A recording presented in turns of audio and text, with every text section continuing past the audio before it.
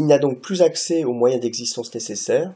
La situation précaire dans laquelle il se trouve peut l'amener à la marginalisation, voire à l'exclusion sociale. Ainsi, bénéficier d'une retraite,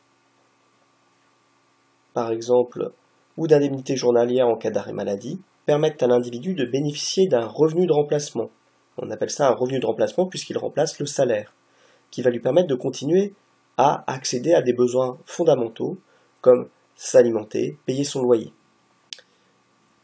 C'est aussi par exemple percevoir des remboursements de soins ou des allocations familiales qui vont permettre de compenser l'augmentation des dépenses liées à la réalisation d'un risque. Donc dans le premier cas, on est bien sur compenser la baisse des revenus, c'est le cas de la retraite et l'indemnité journalière en cas d'arrêt maladie, et dans le deuxième cas, on compense une augmentation des dépenses comme les remboursements de soins ou la charge de famille. Alors, les franchises médicales, l'augmentation de la durée de cotisation liée à l'augmentation du chômage et à la baisse ou l'exonération des cotisations versées par les employeurs mettent en difficulté une tranche de plus en plus importante de la population.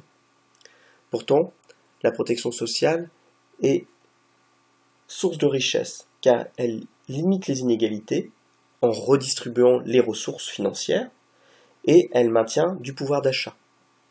Sans protection sociale, la cohésion sociale du pays qui repose sur l'inclusion sociale, c'est-à-dire le fait d'être intégré dans la société, risque d'être remis en cause en excluant une part de plus importante de la population.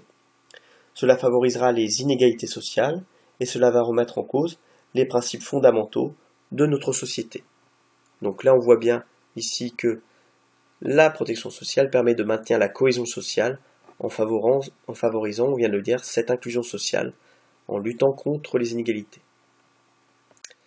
Ça va limiter la marginalisation, bien évidemment, et l'exclusion sociale des populations les plus fragiles. Voilà donc un petit peu tout ce qu'on peut dire sur ce système de protection sociale. En conclusion, le système de protection sociale français, moderne, a vu le jour assez tardivement, en prenant appui sur les principes de solidarité et en reposant sur un financement assurantiel. Avec le développement du chômage et le développement de nouveaux risques sociaux, le système a dû évoluer et devra encore se muer pour continuer à protéger les individus.